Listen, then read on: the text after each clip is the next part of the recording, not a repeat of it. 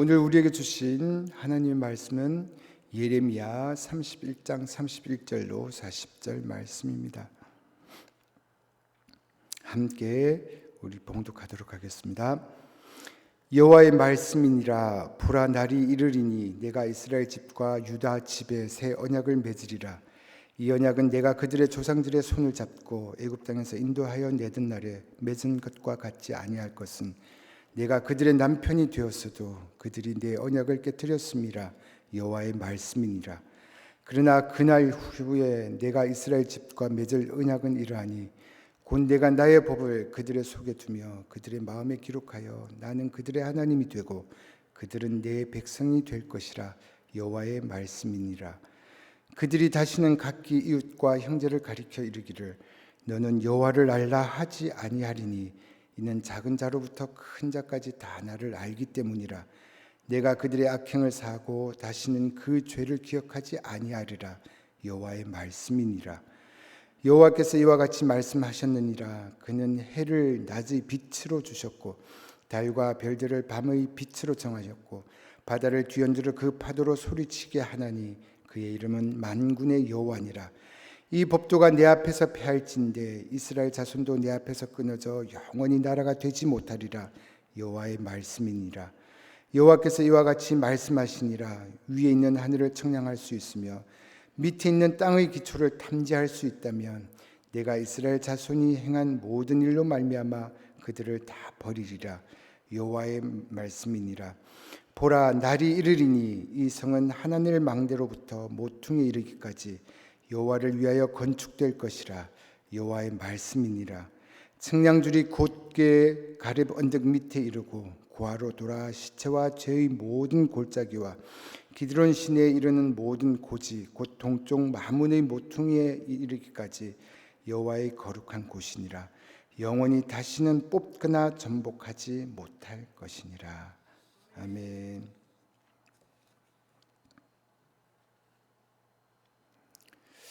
미국의 한 중년 부부가 살고 있었습니다.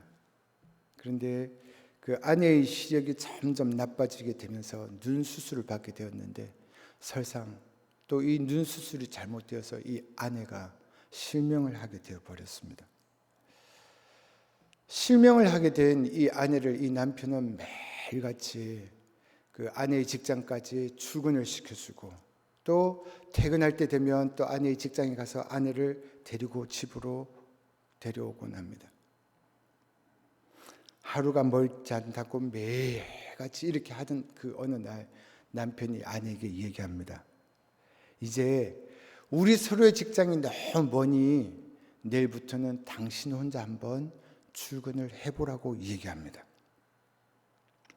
그러자 이 말을 들은 이 아내가 너무 섭섭한 마음이 듭니다. 그리고 배신감까지 듭니다. 내가 지금 실명이 되어서 직장까지 다니고 있는데 그것도 못 해주나라는 마음에 그럼 이제부터 이를 악물고서라도 내가 살아야 되겠다 결심을 하고 그 다음날부터 혼자서 출근을 합니다. 그 앞을 못 보는 분들이 짚는 그 하얀 지팡이를 짚고 또 버스를 몇 번 갈아타면서 혼자 출근을 합니다. 넘어지기도 하고 또 일어나면서 울기도 하면서 혼자 다니는 훈련을 시작합니다. 이제 어느 정도 그 혼자 출근한 것이 몸에 배이기 시작했습니다. 그러던 중 하루는 버스를 타는데 이 버스 운전기사가 이렇게 말을 합니다. 부인은 참 복도 많고 행복하겠습니다. 매일같이 남편이 버스도 함께 타서 옆에 앉아 있어주고 또 부인이 직장 건물에 들어갈 때까지 말없이 뒤에서 배웅을 하고 들어갈 때까지 또 손을 흔들어 주면서 매일 그렇게 격려를 해주시네요. 참 복도 많으십니다 라고 이 운전기사가 얘기를 합니다. 이 부인이 여지껏 나는 혼자였어. 남편이 이제는 출근도 시켜주지도 않고 나 혼자서 계속 다녔다고 생각을 했었는데 혼자가 아니었다고 섭섭하게 생각했던 이 남편이 남편에게 얼마나 미안한지, 그리고 말없이 옆에 있어준 그 남편이 얼마나 감사했던지 감동을 받기도 하고 위로를 받고 울었다는 얘기입니다.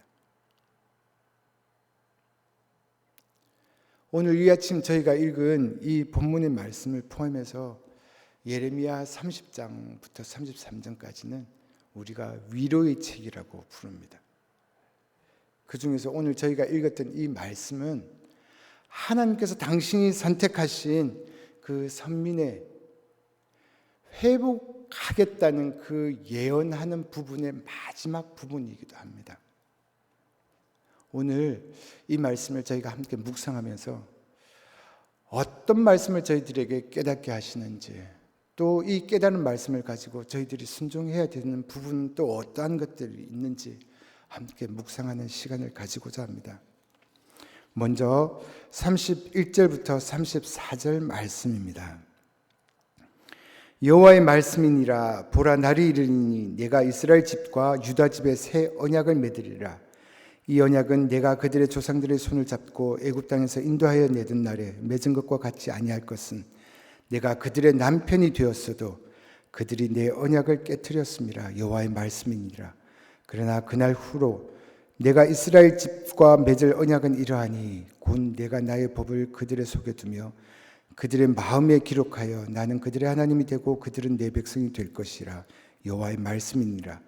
그들이 다시는 각기 이웃과 형제를 가리켜 이르기를 너는 여호와를 알라 하지 아니하리니 이는 작은 자로부터 큰 자까지 다 나를 알기 때문이라. 내가 그들의 악행을 사하고 다시는 그 죄를 기억하지 아니하리라. 여호와의 말씀이니라. 지금 이 말씀은 하나님께서 이스라엘 백성들과 새 언약을 세우겠다라고 약속하시는 말씀입니다. 오늘 32절에 보면 이스라엘 백성들과 새롭게 세우실 그 새 언약이라는 것이 무엇이냐면, 애굽 땅에서 이스라엘 백성들을 이끌어낼 때 내가 너희들과 세웠던 그 언약, 그것 말고 이제는 다른 언약을 세우겠다 하시는 말씀입니다. 하나님께서 이스라엘 백성들을 애굽 땅에서 이끌어낼 때 세웠던 언약이 어떤 것입니까? 모세로 통하여 주신 시내산의 언약을 말합니다. 이 언약의 핵심은 하나님은 이스라엘의 하나님이 되고 너희 이스라엘은 바로 나의 백성이 될 것이다 라는 것입니다.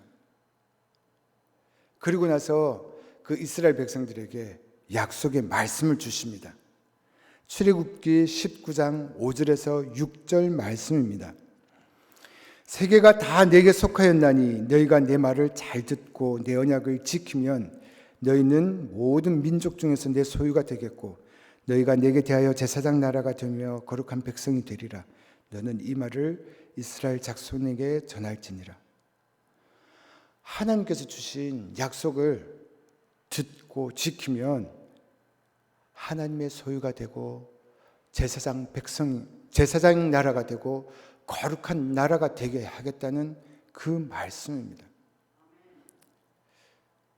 이 이스라엘 백성들은 지금 하나님께서 자기들에게 주신 이 율법의 말씀을 준수하고 지켜야만이 하나님의 백성으로 인정함을 받게 되고 또 하나님의 백성으로서의 모든 혜택을 누릴 수가 있게 된 것입니다.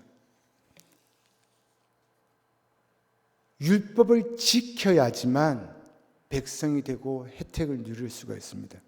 그럼에도 불구하고 이 이스라엘 백성들은 하나님 주신 율법을 단 한순간도 제대로 지킨 적 없습니다. 매일같이 그 율법 어기기를 밥 먹듯 합니다. 결과가 어떻게 됩니까? 결국 나라가 망하게 되고 이들은 완전한 실패자가 되어버립니다. 그렇습니다. 우리 인간은 불완전한 존재입니다. 그러기에 하나님의 율법을 완전하게 지킬 수는 더더욱 없는 것입니다. 그래서 하나님께서 그 옛 언약 대신에 새 언약을 세우기로 하신 것입니다. 이 새 언약이 무엇입니까? 우리 인간의 언약, 우리 인간의 그 행위와는 아무런 관계없이 영원히 완전하게 폐하여지지 않을 그 언약입니다.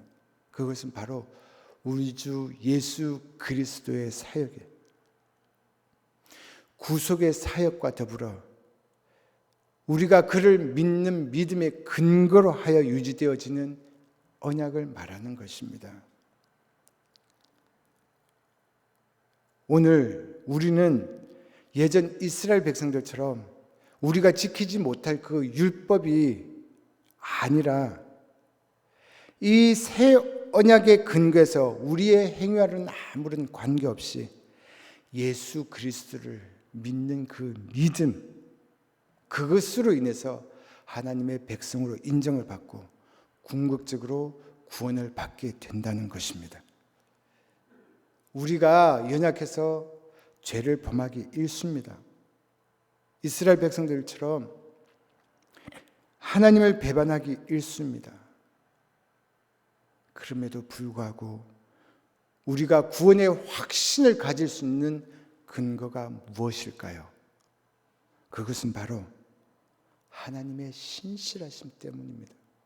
또한 하나님께서 당신과 맺었던 그 언약 관계를 끝까지 지키겠다는 은혜로움이 당신에게 있기 때문입니다. 또한 하나님께서 한번 택하신 민족에 대해서 영원히 변하지 않는 사랑을 갖고 계시기 때문입니다. 그런가 하면 우리의 행위와는 아무런 관계가 없이 우리를 사랑하시는 그 절대적인 사랑이 있기 때문에 우리의 그 언약함에도 불구하고 우리는 구원의 확신을 가질 수 있게 되는 것입니다. 매일같이 그 언약을 잊어버리고 또 지키지도 못하지만 그 하나님의 그 사랑하심, 절대적인 그 은혜로우심이 있기 때문에 우리가 구원의 확신을 가질 수 있게 된 것입니다. 그러기에 우리는 우리의 연약함이나 추함 같은 것, 부족함 같은 것에 연연하는 것이 아니라 우리를 향하신 하나님의 신실하심만 우리는 바라봐야 합니다. 우리 가운데 어떠한 어려움과 난관이 있고 또한 헤쳐나가지 못할 그런 문제가 있다 할지라도, 그 앞에 있다 할지라도, 지금 내가 그 속에 있다 할지라도, 아무리 커다란 실수와 허물을 지금 내가 범한 죄인이라 할지라도 포기하면 안 된다는 것입니다. 도리어 하나님에 대한 소망을 가지고 그 문제들을 가지고 하나님 앞에 나와서 해결하게 될 때 하나님이 얼마나 신실하신 분인지 더 알게 되고, 또한 우리에게는 더 구원의 확신을 확실히 가질 수 있게 된다는 것입니다. 제가 처음에 말씀드렸던 것처럼 실명한 이 아내 곁에 늘 남편이 묵묵히 그 자리를 지키고 있었던 것처럼 부족하고 연약한 우리 곁에 늘 하나님께서 신실하신 사랑이 끝없인 그 하나님께서 늘 지키고 계신다는 사실에 우리는 큰 위로를 받습니다. 우리는 다 죄인입니다. 그래서 우리의 행위로는 절대 구원에 이를 수 없습니다. 구원은 오직 죄인들을 위하여 죽어주신 예수 그리스도를 믿음으로 하나님의 은혜로만 가능하다는 이 사실을 우리가 인정하고 전적으로 예수 그리스도를 붙잡고 또 예수 그리스도를 의지하는 삶을 살아가는 사랑하는 우리 양문의 모든 가족들이 되시기를 주님의 이름으로 축복합니다. 35절부터 37절 말씀입니다. 여호와께서 이와 같이 말씀하셨느니라. 그는 해를 낮의 빛으로 주셨고 달과 별들을 밤의 빛으로 정하셨고 바다를 뒤흔들어 그 파도로 소리치게 하나니 그의 이름은 만구의 여호와니라. 이 법도가 내 앞에서 패할진대 이스라엘 자손도 내 앞에서 끊어져 영원히 나라가 되지 못하리라. 여호와의 말씀이니라. 여호와께서 이와 같이 말씀하시니라. 위에 있는 하늘을 측량할 수 있으며 밑에 있는 땅의 기초를 탐지할 수 있다면 내가 이스라엘 자손이 행한 모든 일로 말미암아 그들을 다 버리리라. 여호와의 말씀이니라. 무슨 말씀입니까? 하나님께서 한번 택하신 선민에 대해서 영원한 보증을 하시겠다는, 영원히 내가 택한 백성은 보존하겠다는 하나님의 말씀입니다. 이 말씀은 바로 하나님의 새 언약의 대상이 되는 교회와 우리 성도들에게 하시는 말씀입니다. 특별히 오늘 이 말씀 가운데 보면 하나님께서 택하신 선민들, 바로 우리들에게 주시는 영원한 보존을 위한, 보장을 위한 두 가지 말씀을 하고 계시는 것을 봅니다. 그 하나는 하나님의 창조의 법칙이 만약에 변한다면 아무리 하나님이 택하신 그 선민이라 하더라도 하나님 앞에서는 패할 수밖에 없다라는 것을 말씀하고 있습니다. 이 창조의 법칙, 이 세상이 존속하는 이상 영원히 변하지 않는 법칙입니다. 다시 말씀드리면 변하지 않는 법칙이니까 영원히 너희를 패하지 않겠다라는 말씀입니다. 태양은 하나님께서 처음에 창조하셨을 때부터 지금까지 낮을 주관하고 있습니다. 그런가 하면 달과 별은 계속 지금까지 밤을 주관하고 있습니다. 이 법칙이 어느 날 순간에 바뀔 수가 있겠습니까? 전혀 그렇지 않습니다. 이 세상이 끝날까지 이 법칙은 변하지 않습니다. 하나님께서 지키겠다는 말씀입니다. 그렇다면 또 하나의 법칙은 어떤 것이 있을까요? 그 한 가지 사실은 하나님께서 위로 하늘을 창조하고 아래로 땅의 기초를 탐지할 수 있다면 이스라엘 자손들의 행한 일로 말미암아 너희들을 다 버리겠다라고 말씀하십니다. 지금 최첨단의 과학이 발달했다 할지라도 하늘을 측량할 수 있습니까? 땅을 다 탐지할 수 있습니까? 절대로 그럴 수 없습니다. 무슨 말씀입니까? 그러면 하나님께서 선택한 너희들을 절대로 버리는 일은 없다라는 것을 말씀하고 있는 것입니다. 그렇다면 하나님께서 택하신 이 선민을 보호하시는 이유가 과연 무엇일까요? 그것은 바로 하나님 보시기에 이 택한 백성은 너무나도 소중하고 귀한 존재들이기 때문입니다. 한번 생각해 볼까요? 이스라엘 백성들입니다.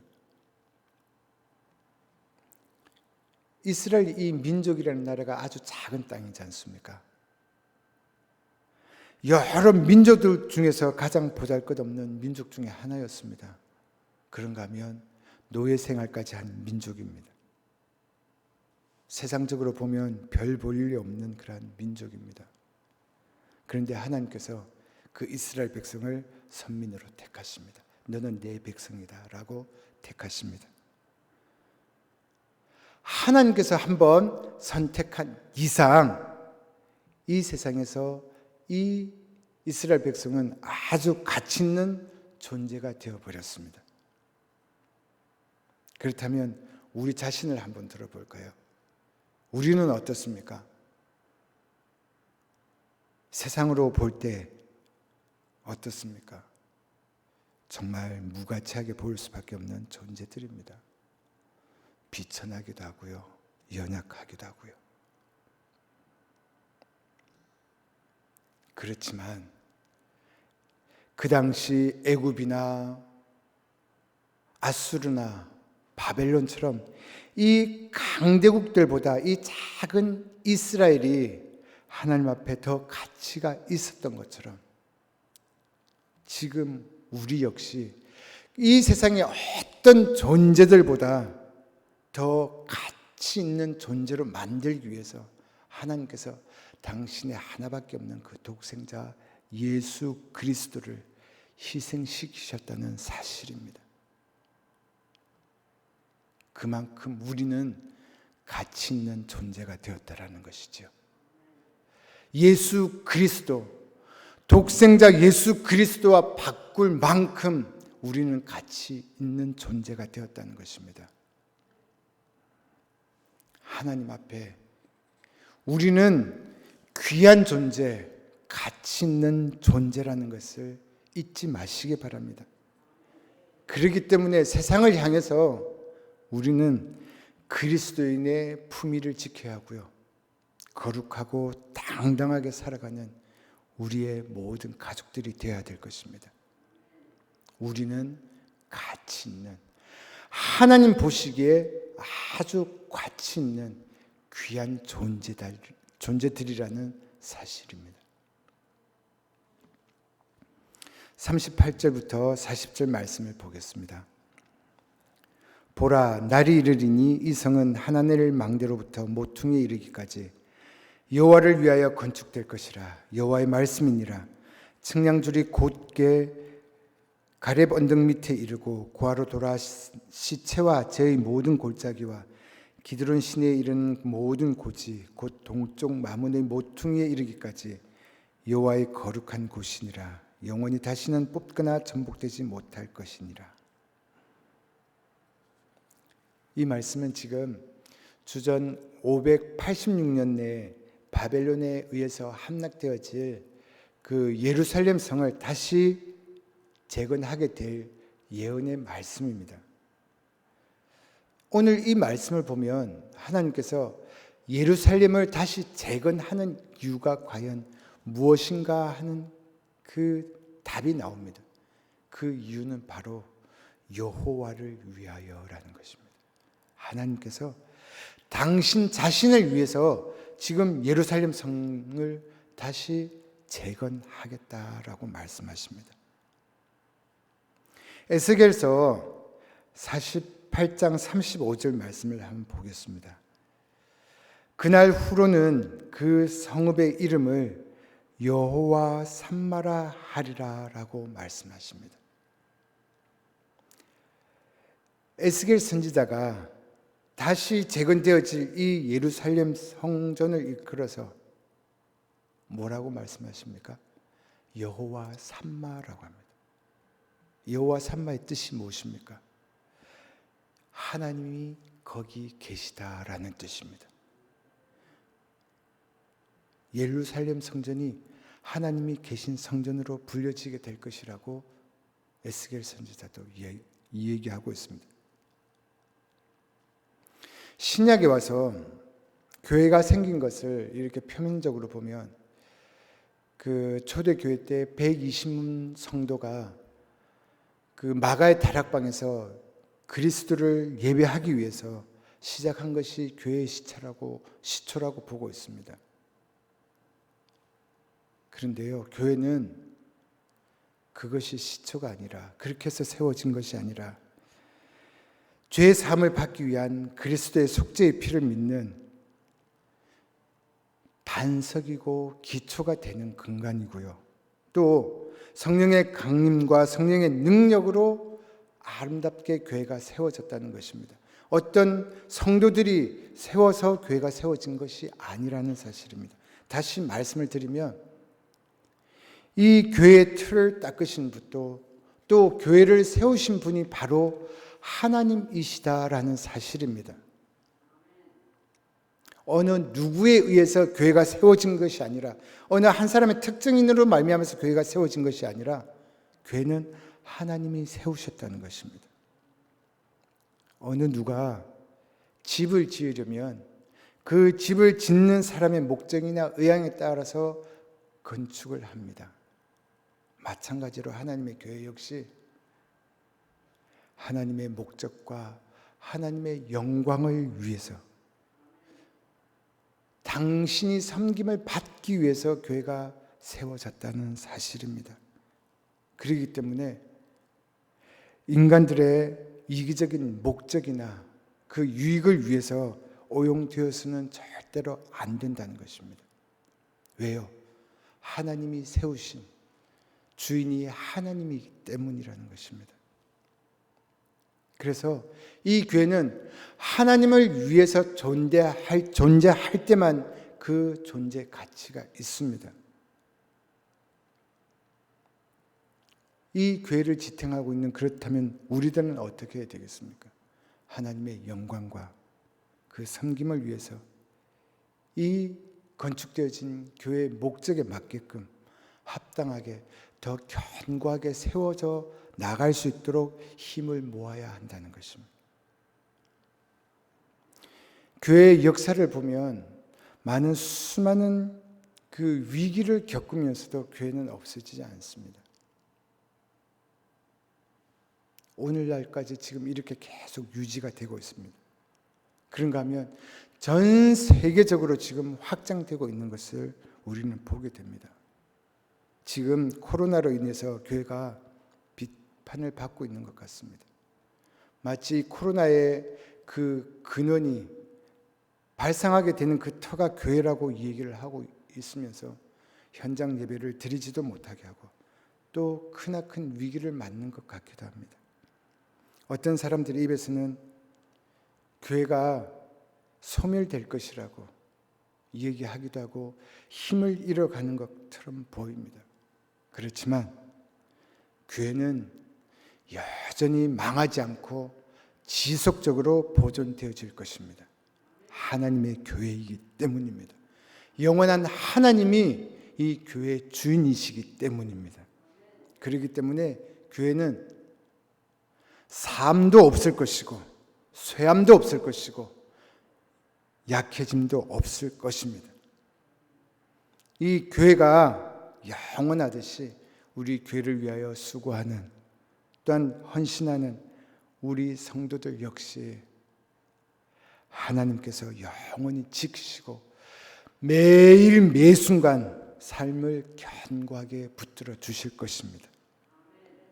하나님의 역사 가운데 그 주역으로 우뚝 서 있는 우리들, 늘 하나님 손에 붙들림을 받고 또 하늘나라의 소망을 가지고 매일매일 그렇게 살아가는 우리 사랑하는 양문의 모든 가족들이 되어주시기를 주님의 이름으로 축복합니다. 함께 기도하겠습니다. 참 좋으신 하나님, 하나님께서 우리에게 새 언약을 주시기 위해서 예수 그리스도를 마다하지 않으시고 우리와 바꾸신 그 사실, 그만큼 우리는 가치가 있다는 사실을 다시 한 번 더 확인합니다.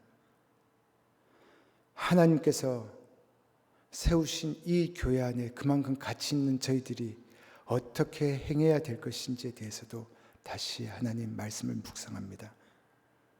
허투루 시간을 보내지 않게 하시고 이 성전 안에서 하나님과 함께함으로 든든히 서가는 저희들 되게 하시고, 무엇보다도 보존하기 위해서 더욱더 자신감을 가지고 말씀 앞에 굳게 서서 나가는 저희들의 삶이 되어질 수 있도록 도와주시옵소서.